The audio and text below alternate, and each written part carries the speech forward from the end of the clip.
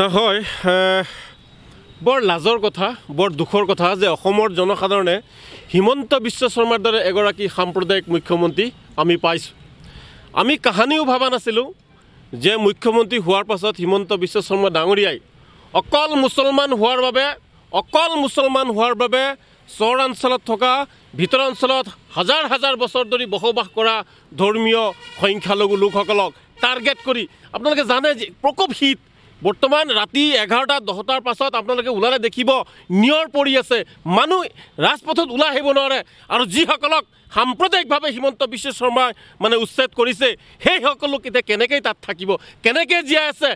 কণ কেঁচুৱা লৈ বৃদ্ধা আৰু স্ত্ৰী পুৰুষ একেলগে থাকিব লগা হৈছে তিৰপালৰ তলত। আমাৰ লাজ লাগিছে এনেকুৱা নাগপুৰীয়া সন্তুষ্ট কৰিবলৈ অসমৰ মুখ্যমন্ত্ৰী ডাঙৰীয়াক একমাত্ৰ মুছলমানসকলক টাৰ্গেট কৰি লৈছে। এতিয়া উপায় নাই অসমৰ মুছলমানসকলৰ, এতিয়া 1,30,40 লাখ যি মুছলমান আছে আমি সকলোৱে ৰাজপথলৈ ওলাই আহিম। আমাৰ আৰু উপায় নাই, আমি বহুবাৰ প্ৰধানমন্ত্ৰীৰ কাৰ্যালয়ত স্মাৰকপত্ৰ দিছোঁ, ৰাষ্ট্ৰপতিক স্মাৰকপত্ৰ দিছোঁ, দিল্লীত ধৰ্ণা দিছোঁ, মানৱ অধিকাৰ আয়োগৰ কাষ চাপিছোঁ, মুখ্যমন্ত্ৰীক লগ কৰিছোঁ, কিন্তু দেখিছোঁ নাই, কোনেও নাই, ন্যায়ৰ পক্ষত কোনেও নাই। বৰ্তমান যেন ভাৰতীয় যিখন সংবিধান আছিল সেয়া ধ্বংসৰ পথত।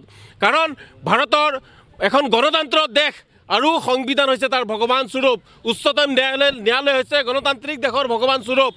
সংবিধানত স্পষ্টকৈ দিয়া আছে যে প্ৰতিজন ভাৰতীয় নাগৰিকে তেওঁলোকে কি কৰিব পাৰিব, নিজাববীয়াকৈ ঘৰ সাজি থাকিব পাৰিব।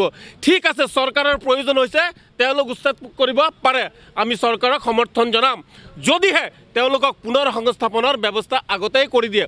কাৰণ তেওঁলোকতো আমেৰিকাৰ পৰা আহি যোৱা নাই, তেওঁলোকতো পাকিস্তানৰ পৰা আহি যোৱা নাই, তেওঁলোকতো মাটি ফাটি উলিওৱা নাই, তেওঁলোক এইখন পৃথিৱীতে জন্ম হৈছে। নৰেন্দ্ৰ মোদী ডাঙৰীয়াৰ যিমান অধিকাৰ আছে, হিমন্ত বিশ্ব শৰ্মাৰ যিমান অধিকাৰ আছে, আপোনাৰ মোৰ সিমানো অধিকাৰ আছে।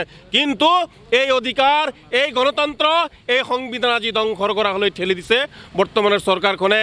তো উপায় নাই, এতিয়া আমি সকলো ৰাজপথলৈ ওলাই আহিবলৈ বাধ্য হ'ম। আমাৰ সকলো যিমান দল সংগঠন আছে, আমছু, ABAMSU, সংখ্যালঘু সংগ্ৰাম পৰিষদ, ইত্তেহাদ ফ্ৰণ্ট, জমিয়ত উলামা হিত, ইতিমধ্যে আমাৰ আলোচনা চলি আছে। আৰু কিছুদিনৰ ভিতৰতে আমি সকলো দল সংগঠন অসমৰ লাখ লাখ সংখ্যালঘু ৰাইজ ৰাজপথলৈ ওলাই আহিব। কিন্তু নাই চাওক, আমাৰ কথা হ'ল যে উচ্ছেদ কাৰ্য বন্ধ কৰিব লাগে। যদি উচ্ছেদ কৰিব লগা আছে তেওঁলোকক পুনৰ সংস্থাপনৰ ব্যৱস্থা আগতেই কৰিব লাগে। কাৰণ তেওঁলোক ভাৰতীয় মানুহ, ভাৰতীয় মানুহক চৰকাৰৰ দায়িত্ব হ'ল ভাৰতীয় মানুহক সুৰক্ষা দিয়া, তেওঁলোকক থাকিবলৈ দিয়া, নিৰাপত্তা দিয়া। গতিকে তেওঁলোকে কি কৰিছে, পুনৰ সংস্থাপন নকৰাকৈ তেওঁলোকে উচ্ছেদ কৰি আছে। এইবোৰ বন্ধ হ'ব লাগে। আৰু ইতিমধ্যে য'ত উচ্ছেদ কৰা হৈছে আপুনি চাওক, বিলাসীপাৰাত কৰিলে, বাঘবৰত কৰিলে, মায়াঙত কৰিলে, দৰঙত আমাৰ ইয়াতে কৰিলে। গতিকে এনেকুৱা আৰু কিমান দিন চলিব? মানুহক লৈ ৰাজনীতি কিমান দিন আৰু চলিব? এইবোৰ আৰু নহ'ব। এতিয়া যিমান উচ্ছেদ কৰা হৈছে মুঠতে উচ্ছেদ বন্ধ হ'ব লাগে। আৰু যিমানখিনি উচ্ছেদ কৰা হৈছে তেওঁলোকক পুনৰ সংস্থাপন ব্যৱস্থা অতি শীঘ্ৰেই দিব লাগে। তেওঁলোকৰ শৈক্ষিক দিশ ঠিক কৰিব লাগে, যাতায়াত দিশত ঠিক কৰিব লাগে, তেওঁলোকৰ বাসস্থানৰ ব্যৱস্থা চৰকাৰে কৰি দিব লাগে। আৰু যদি নোৱাৰে তেতিয়াহ'লে হিমন্ত বিশ্ব শৰ্মাই পদত্যাগ কৰক।